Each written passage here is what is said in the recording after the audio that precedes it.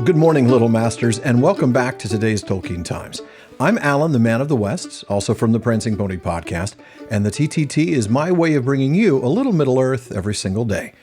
Now, if you want longer and deeper content, be sure to check out the Prancing Pony podcast.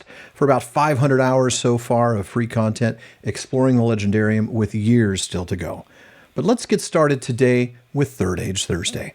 Now, this is a time for us to revisit familiar and favorite moments from The Hobbit and The Lord of the Rings, and maybe even some not-so-familiar stories of the Third Age.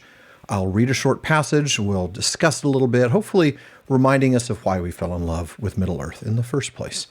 Now, last week, we went back to the very beginning of the Third Age, looking at Isildur's tragic but also redemptive end.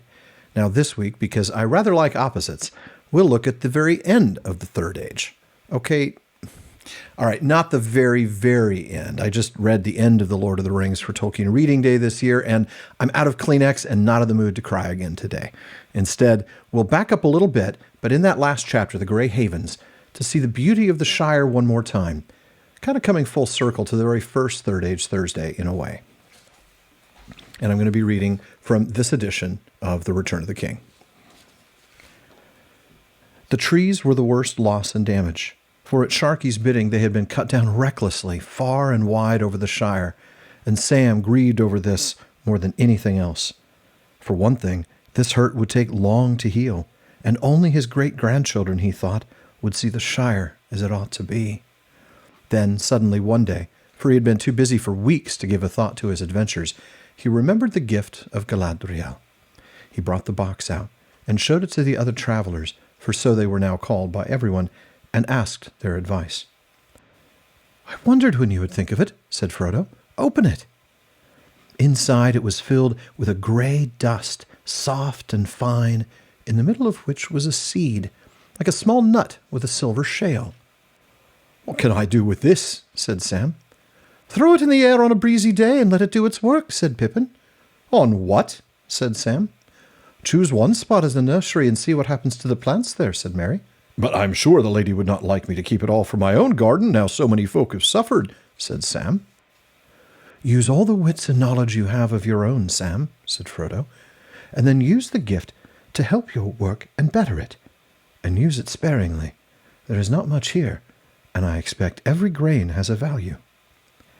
So Sam planted saplings in all the places where specially beautiful or beloved trees had been destroyed, and he put a grain of the precious dust in the soil at the root of each.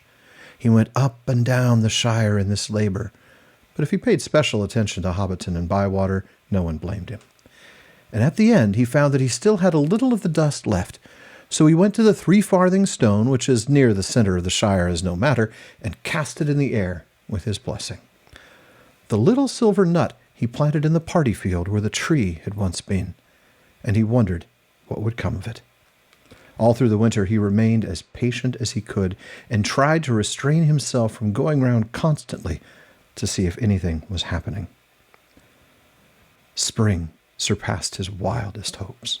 His trees began to sprout and grow as if time was in a hurry and wished to make 1 year do for 20.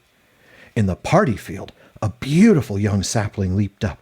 It had silver bark and long leaves and burst into golden flowers in April. It was indeed a Malorn, and it was the wonder of the neighborhood. In after years, as it grew in grace and beauty, it was known far and wide, and people would come long journeys to see it, the only Malorn west of the mountains and east of the sea, and one of the finest in the world. Altogether, 1420 in the Shire was a marvelous year. Not only was there wonderful sunshine and delicious rain in due times and perfect measure, but there seemed something more, an air of richness and growth, and a gleam of a beauty beyond that of mortal summers that flicker and pass upon this middle earth. All the children born or begotten in that year, and there were many, were fair to see and strong, and most of them had a rich golden hair that had been before rare among hobbits. The fruit was so plentiful that young hobbits very nearly bathed in strawberries and cream, and later they sat on the lawns under the plum trees and ate, until they had made piles of stones like small pyramids or the heaped skulls of a conqueror, and then they moved on, and no one was ill, and everyone was pleased, except those who had to mow the grass.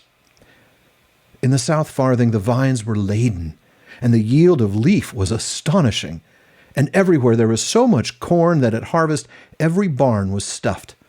The north farthing barley was so fine that the beer of 1420 malt was long remembered and became a byword.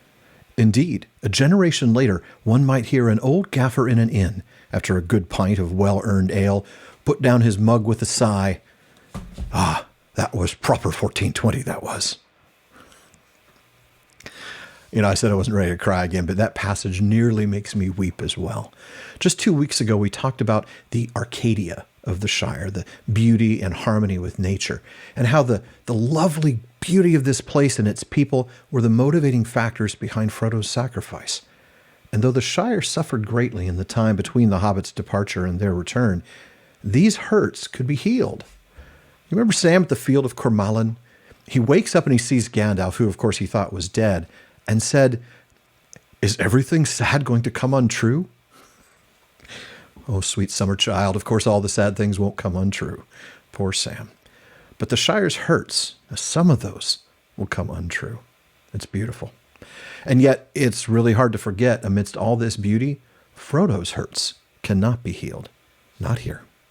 Now, if there's a bit of the story you'd like me to read and chat about, let me know by emailing Bartleman at the Prancing Pony Podcast. Now, folks, join me again tomorrow on today's Tolkien Times as I welcome a very special guest for Fandom Friday. Please like and subscribe on YouTube. Follow or subscribe in your podcast apps to make sure each episode gets downloaded to your device. Follow at Tolkien Times on YouTube, Instagram, Twitter, and TikTok. And in the words of Faramir, go with the goodwill of all good men.